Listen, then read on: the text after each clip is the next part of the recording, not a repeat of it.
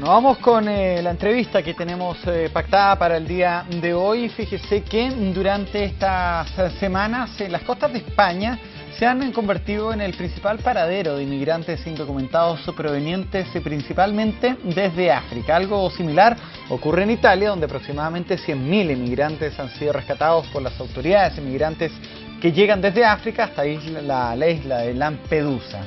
En tanto, el presidente Mariano Rajoy en España exigió al Consejo de la Unión Europea una política clara y contundente para evitar la difícil situación que atraviesa el continente europeo. Queremos hablar de este tema y nos contactamos a través del Skype con la abogada de la Universidad de Concepción, Paulina Astroza. Paulina, ¿cómo estás? Me gustaría saber cómo trata la Unión Europea el problema de la inmigración ilegal. Hola Cristian, buenas noches allá en Chile. El tema de la inmigración aquí en Europa es un tema de mucha polémica, de mucha discusión, porque tiene un amplísimo alcance en Europa y que está muy relacionado con su propio proceso de integración. Por lo tanto, es un tema que aquí nosotros constantemente estamos viendo en las noticias y que el último tiempo, bueno, se ha visto mucho más, de manera mucho más clara debido a los conflictos en Medio Oriente, en África, en el norte de África, en especial después de la primavera árabe, y que ha producido una presión migratoria mucho más fuerte de lo que había sido la tónica en Europa, fundamentalmente en los países del sur. Por lo tanto, es un tema que aquí está vinculado tanto con la llegada de extranjeros al territorio de manera ilegal, clandestina, pero también está vinculado con la migración legal, está vinculado con el tema del asilo, del refugio, entre otros temas. Europa ha sido un destino para las migraciones desde hace muchísimos años, pero en el último tiempo se ha visto una mayor presión. De hecho, hay estadísticas que indican que en los últimos 12, 15 años se ha quintuplicado el número de inmigrantes que tratan de llegar a Europa. En los años 50, 60, esta migración fue fundamentalmente a los países del centro norte de Europa. La presión estaba fundamentalmente respecto de Francia, Alemania, los Países Bajos, Suiza, Bélgica. Pero este último tiempo la presión se ha visto mucho mayor en los países del sur. Estoy hablando fundamentalmente de España, Italia, Grecia, Chipre, y también una presión muy fuerte migratoria en el caso del Reino Unido. Y eso hace también que los países traten de coordinarse, pero al mismo tiempo manteniendo ciertas competencias en los propios estados. Porque a partir del año 1995, aquí en Europa entró en vigencia lo que se denomina el Tratado de Schengen, y que crea el espacio Schengen. Y esto quiere decir que es una zona, un espacio en el cual no hay fronteras interiores. Y las fronteras exteriores geográficas de la Unión pasan a ser al mismo tiempo las fronteras de todos los países. Por lo tanto, la frontera, al ingresar a España, no solamente se está ingresando a España, se está ingresando al espacio Schengen, se está ingresando a este espacio de la Unión Europea. Entonces, esto hace que hay un incentivo por parte de los estados para coordinarse en este tema de las fronteras exteriores, pero al mismo tiempo hay una reticencia por parte de los estados por entregar competencias a la Unión Europea en ciertas materias que ellos quieren seguir manejando, como por ejemplo el número de personas o el volumen de personas que por año puede ingresar a un país.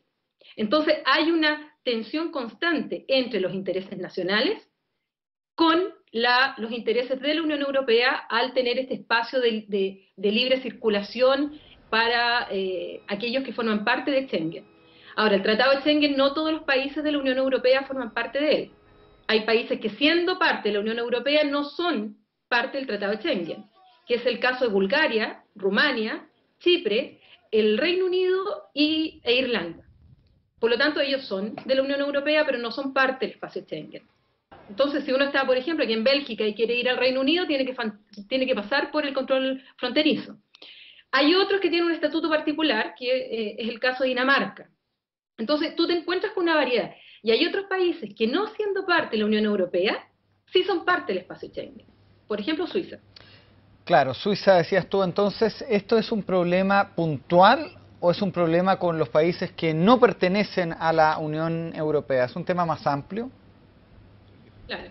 No, el tema de la inmigración, como de manera muy general, tiene que ver no solo con los países extra Unión Europea o terceros países, Por ejemplo, que aquellos que vienen desde Marruecos, de Libia, o vienen de mucho más lejos, de Mauritania, de Eritrea, de Somalia, que escapan a situaciones de guerra, de hambruna, de miseria, y que quieren venir a Europa y tener una mejor vida acá, sino también el tema se está planteando al interior de la inmigración intraeuropea, entre países de la Unión Europea, que en principio están dentro de este espacio de libertad, pero que sin embargo, debido a una serie de razones, hoy día ha habido una cierta tentación por parte de los estados de ir limitando también este movimiento de personas al interior. Un ejemplo de esto es el caso del Reino Unido, quien no quiere que países ingresen, por ejemplo, a Schengen. No quieren que Bulgaria y Rumania ingresen a Schengen. O que ha adoptado medidas, sobre todo David Cameron, también ha caído en la tentación un poco más extrema de los Tory, de su propio partido, como también de este movimiento más independiente, el UKIP, que está por la independencia, digamos, que quieren reforzar y poner una mano más dura respecto a la inmigración. Y es así como el Reino Unido hoy día ha aprobado leyes que no le conceden beneficios sociales a residentes o inmigrantes europeos que no cuenten con trabajo. Y esas son medidas que rompen un poco los principios que la Unión Europea tenía.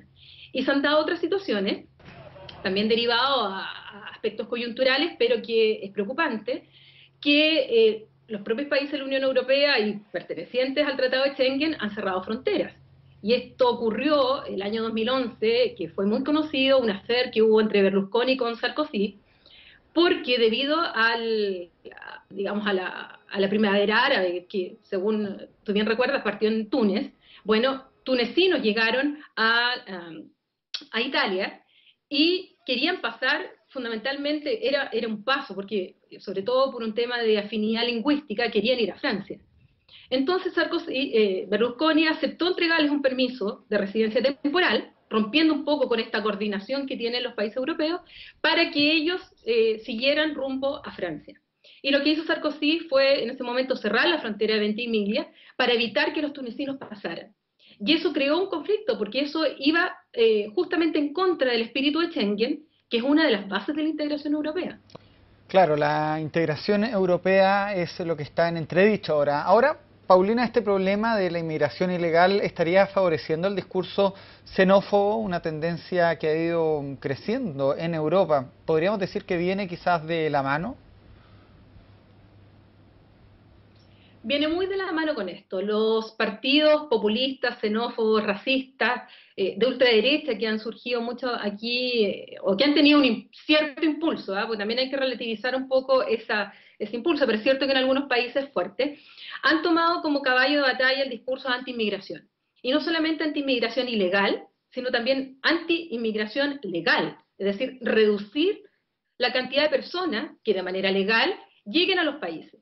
Y en un contexto de crisis económica, como la que se viene viviendo desde ese año, evidentemente que esto ha tenido un cierto eco en las sociedades civiles que se muestran un poco disconformes, por ejemplo, de pagar mucho impuesto, pero al mismo tiempo caen en esta trampa de los prejuicios y que vinculan mucho al inmigrante con la delincuencia y con que les vienen a robar los puestos de trabajo.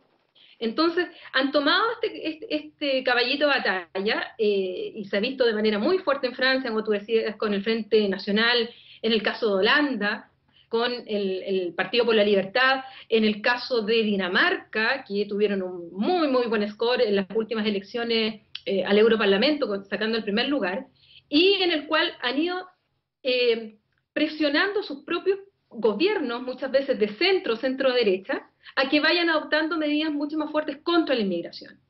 En el caso de Holanda hay y también es el caso del Frente Nacional, en el caso de la inmigración también se está atacando muchísimo el tema de la inmigración musulmana.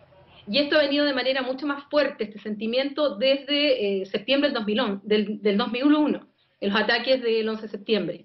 Y el discurso aquí en Europa también cambió a partir de ese momento, de esta idea de ayudar con la ayuda al desarrollo, ayudar a estos países a tener mejores condiciones de vida para evitar que esas personas se vengan aquí a Europa, cambió y se puso el acento en la seguridad y en un aspecto policial.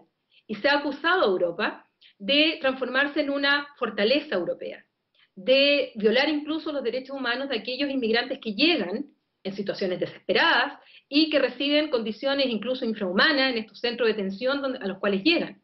Entonces hay una discusión muy fuerte y me da la impresión que hay muchos países que temen adoptar medidas mucho más osadas en el sentido de darse cuenta que esta imagen del inmigrante delincuente es un error, que Europa necesita migración, que Europa necesita, debido a su tasa de crecimiento, etcétera, necesita, por lo tanto, que lleguen extranjeros. Ahora, y esto, lamentablemente, es una trampa en la cual se ha caído.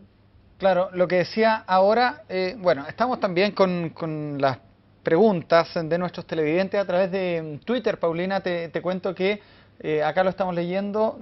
Rodrigo Parra pregunta, ¿es cierto que un inmigrante que llega a Europa deben darle asilo si toca tierra? Entonces podemos preguntar, ¿el inmigrante que llega a Europa se queda y puede moverse luego libremente por ella? Porque este tema de la inmigración es un tema de lo que se denomina las competencias compartidas. Es decir, por un lado son competencias de la Unión Europea, en la cual interviene Parlamento Europeo, Consejo Europeo, Comisión Europea, dictando normas de coordinación, de protección de las fronteras, de un régimen de visado, etcétera, pero en el cual hay mucho de cooperación entre los Estados. Pero por otra parte, también es de competencia de los Estados. Son los Estados quienes determinan sus normas para la entrada, salida y mantención de los inmigrantes. Por lo tanto, debe haber una coordinación entre las políticas nacionales del Estado con la Unión Europea. Y hay mucha variedad. Las legislaciones nacionales cambian dependiendo del Estado, porque hay Estados que son emisores netos de inmigrantes, como el caso de los países del Este. Hay países que son receptores de inmigrantes, fundamentalmente en el sur son inmigrantes de baja o mediana cualificación. En el caso del Reino Unido, que recibe muchos inmigrantes, tienen más inmigrantes de alta cualificación que media o baja.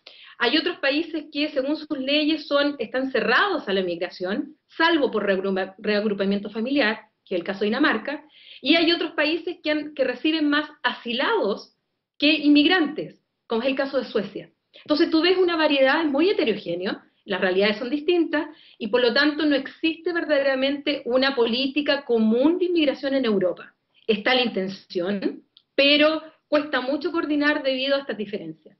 Pero como existen ciertas normas de la Unión Europea, que tienen que ver con el principio de la solidaridad y el reparto equitativo, incluyendo financiero, es que se entiende que Mariano Rajoy hoy día, así como lo hizo la alcaldesa de Lampedusa cuando fue el año pasado la gran tragedia en esa isla italiana, en que exigen a la Unión Europea que se involucren más, que aporten más y que también desde el punto financiero no solamente hagan caer esto en la responsabilidad de los estados del sur.